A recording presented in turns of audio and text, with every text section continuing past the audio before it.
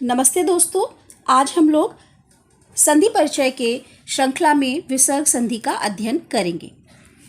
इससे पहले हम लोगों ने स्वर संधि और व्यंजन संधि का अध्ययन किया है और आज उसी क्रम में हम विसर्ग संधि के बारे में आसान तरीके से जानेंगे, समझेंगे। विसर्ग संधि के कुछ नियम हैं।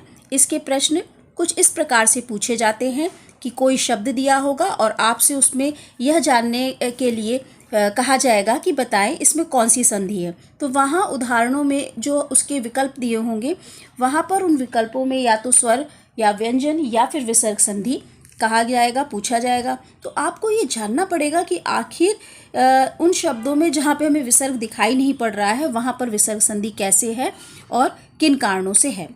तो देखिए, इसके कुछ नियम हैं।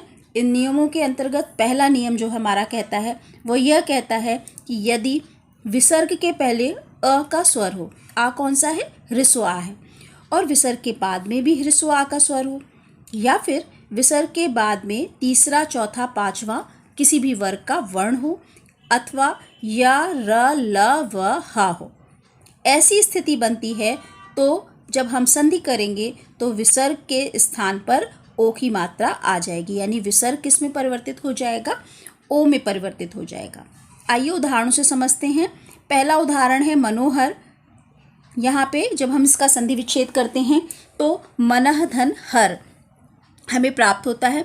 यहाँ पे विसर्ग के पहले ना में आ का स्वर है और विसर्ग के बाद ह में आ का स्वर है, इसीलिए जब हमने इसकी संधि करी तो विसर्ग का लोप होकर के उसके स्थान पर हमें ओ की मात्रा प्राप्त हुई। इसी प्रकार से यशोदा है। यहाँ पे विसर्ग के पहले शा में यशः, शा में अ का स्वर है और विसर्ग के बाद दा है, यानी कि त, थ, द।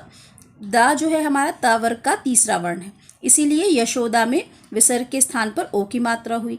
यही सीधे सीधे हमें दिखाई पड़ रहा है तपोबल में, तपः धन बल, और यही उदाहरण वयोवृद्ध यानी वयाधन वृद्ध है। वयाधन वृद्ध में देखिए विसर्ग के पहले या में अ का स्वर है और विसर्ग के बाद यार अलावा हा होना चाहिए, तो वहाँ पे हा है। दूसरा उदाहरण देखते हैं। दूसरा उदाहरण जो है, दूसरा जो नियम है वह हमारा क्या कह रहा है, वह र का नियम है। र का नियम क्या कहता है? नियम हमारा, परिभाषा जो है हमारी कह रही है कि यदि विसर्ग के पहले आ या आ को छोड़ करके कोई भी दूसरा स्वर हो, यानी विसर्ग के पहले अ या आ का स्वर नहीं होगा, कोई भी स्वर हो सकता है, और विसर्ग के बाद कोई भी स्वर हो, कोई भी स्वर हो, या फिर तीसरा, चौथा, पांचवा वर्ण हो किसी वर्ग का, या फिर वही बात है य, र, ल, व, ह हो, तो विसर्ग जो है वह रेफ बन जाता है। देखिए उदाहरण देखते हैं। निर्धन, दुराशा, निर्भय, दुरुपयोग। यहाँ पे निर्धन का संधि विच्छेद करके देखते हैं तो निधन धन प्राप्त होता है। विसर्ग के पहले क्या है, ई का स्वर है, और विसर्ग के बाद क्या है, ध, यानी कि त, थ, द, ध, चौथा वर्ण आ रहा है त वर्ग का, इसीलिए विसर्ग क्या हो गया, रेफ में परिवर्तित हो गया और ऊपर चला गया। ऊपर देखिए धा के ऊपर। इसी तरीके से दूसरा एग्जाम्पल क्या कह रहा है, दुराशा। विच्छेद करते हैं तो दुह धन आशा होता है, और क्योंकि विसर्ग के पहले ऊ का स्वर है, विसर्ग के बाद आ का स्वर है, तो विसर्ग जो है रेफ में बदल गया, लेकिन रेफ में जो विसर्ग के बाद का आ का स्वर है वह मिल गया रा में, तो इसीलिए दुराशा शब्द हो गया। यही कंडीशन हमको निर्भय में भी दिखाई पड़ती है और दुरुपयोग में भी। आगे बढ़ते हैं। अगला जो नियम है वह नियम है स, श, शा के बारे में। देखिए 3 प्रकार के शा हैं, जैसे कि पहला तालव्य शा है, दूसरा जो है हमारा मूर्धन्य शा है, और तीसरा हमारा दंत्य शा है। तो शब्द को देखें और हम तुरंत जान पाएंगे कि यहाँ विसर्ग संधि है। पहला तालव्य शा का जो नियम है वह क्या कहता है कि यदि विसर्ग के बाद चा या छा हो तो विसर्ग शा में बदल जाता है। शा कैसा रहेगा, हलंत रहेगा, आधा रहेगा। देखिए उदाहरण देखिए, निश्चल और दुश्चरित। निश्चल का जब हम संधि विच्छेद करते हैं तो निधन चल, दुश्चरित का संधि विच्छेद करते हैं तो दुहधन चरित्र, और विसर्ग के बाद हमें चा दिखाई पड़ रहा है, इसलिए विसर्ग चा होने के कारण, चा या छा होने के कारण विसर्ग शा में परिवर्तित हो जा रहा है। अगला नियम ये है मूर्धन्य शा के बारे में। कह रहे हैं कि विसर्ग के पहले ई या ऊ हो और बाद में, विसर्ग के बाद में क, ख, ट, ठ, प, फ हो, यानी कि जो हमारा क वर्ग का काखा पहला दूसरा वर्ण, ट वर्ग का टाठा दूसरा वर्ग पहला वर्ग, और प वर्ग का पाफा यानी कि पहला दूसरा वर्ण हो, तो विसर्ग जो है षटकोण वाले शाह जिसको आप कहते हैं यानी कि मूर्धन्य शाह में परिवर्तित हो जाएगा। उदाहरण देखते हैं निष्कपट और निष्फल। निष्कपट और निष्फल को देख करके सीधे सीधे यदि प्रश्न में पूछा जाए कौन सी संधि है, तो आपको तुरंत जवाब देना चाहिए कि हाँ विसर्ग संधि है, क्योंकि आपको हलंत शाह दिखाई पड़ रहा है। और यदि संधि विच्छेद पूछा जाए, इसका विच्छेद कौन सा सही है, तो निधन कपट है, निधन फल है। तीसरा नियम क्या है, सा के बारे में है, यानी दंत सा के बारे में है, और यह नियम कहता है कि विसर्ग के बाद यदि ता या था हो तो विसर्ग जो है वह सा यानी दंत सा वो भी हलंत में परिवर्तित हो जाता है। उदाहरण देखिए, नमस्ते दुस्तर।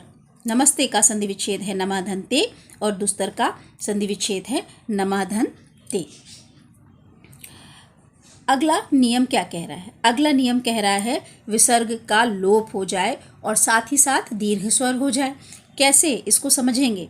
यदि विसर्ग के पहले ई या ऊ का स्वर हो, ये दोनों स्वर कैसे हैं, हमारे ह्रस्व स्वर हैं, और उसके बाद विसर्ग के बाद यदि रा व्यंजन आए, तो यहाँ पे दो स्थितियाँ बनती हैं। पहली चीज़ तो विसर्ग का विलोप हो जाएगा, लोप हो जाएगा, और विसर्ग के पहले जो ई या ऊ का ह्रस्व स्वर था वह दीर्घ में बदल जाएगा। ये बड़े उदाहरण पूछे जाते हैं हर परीक्षा में कि यह सही शब्द क्या है, क्योंकि जब इन शब्दों को दिखाया जाता है तो निरोग, नीरस, नीरव और दुराज लिखा होता है, और जब हम इसका संधि विच्छेद करते हैं तो बड़ी ही की मात्रा जो है वह छोटी ही की मात्रा में बदल जाती है। तो यही इसके कारण है, यही जो नियम है यही इसके पीछे का कारण है। तो निरोग का जब हम संधि विच्छेद करेंगे तो निधन रोग होगा, नीरस का जब संधि विच्छेद करेंगे निधन रस होगा, नीरव का जब संधि विच्छेद करेंगे तो निधन रव होगा, और दुराज का जब संधि विच्छेद करेंगे तो दुहधन राज होगा। और क्योंकि क्या कहते हैं कि विसर्ग के पहले ई या ऊ का ह्रस्व स्वर है, बिल्कुल जी हाँ है, और विसर्ग के बाद क्या आए, रा का व्यंजन आए, जी हाँ आ रहा है। तो यहाँ दोनों कंडीशन बनी, पहली चीज़ तो विसर्ग का लोप हो जाएगा, और दूसरा नियम के अनुसार जो विसर्ग के पहले ह्रस्व ई या ऊ है वह दीर्घ में बदल जाएगा। इसके बाद एक नियम जो कहता है कि विसर्ग में कोई परिवर्तन होगा ही नहीं, यानी कि अगर ये उदाहरण में पूछ लिया जाए तो आप सीधे सीधे बता सकते हैं कि यहाँ पर विसर्ग संधि है। यदि विसर्ग के पहले अ का स्वर है और बाद में क या पा वर्ण आए, यानी विसर्ग के पहले अ ह्रस्व आ होना चाहिए और विसर्ग के बाद या का आए या पा आए, तो विसर्ग में ऐसी स्थिति में कोई परिवर्तन नहीं रहता है। विच्छेद जब हम करते हैं तब भी विसर्ग दिखाई पड़ता है और संधि शब्द में भी। उदाहरण, प्रातःकाल, अध्यापतन, अंतःकरण और पह्यापान। दिख रहा है, जब हम विच्छेद कर रहे हैं तब भी हमें विसर्ग दिखाई पड़ रहा है।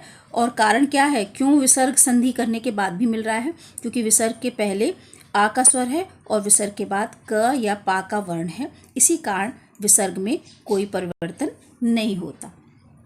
आगे आप देख सकते हैं, ये एक सारांश तालिका है। विसर्ग संधि के जितने भी नियम हैं उन नियमों को इसमें बताने का प्रयास किया गया है। आप अच्छे से पढ़ें, ध्यान से पढ़ें। विभिन्न परीक्षाओं में संधि से जुड़े हुए कई प्रश्न आते हैं और किस प्रकार से, किस ट्रिक से हम उन प्रश्नों को आसान तरीके से हल कर सकते हैं। मेरा ये हमेशा प्रयास रहता है कि आपको वो तरीके बताए जाएं, क्योंकि विद्वता आपको प्रतियोगी परीक्षाओं के लिए हर विषय में ज़रूरी नहीं, लेकिन हाँ, यदि आपको वह प्रतियोगी परीक्षा में कोई भी प्रश्न उससे संबंधित पूछा जाएगा तो उसके बारे में जानकारी ज़रूर होनी चाहिए। तो मेरा प्रयास आपको कैसा लगा इसके विषय में बताएं, और मैं चाहूँगी कि आप अपने प्रश्न भी रखें। आप किस विषय में वीडियो चाहते हैं, मैं बिल्कुल बनाऊँगी। मेरे इस चैनल को लाइक करें, सब्सक्राइब करें और शेयर भी करें। धन्यवाद, फिर मिलते हैं।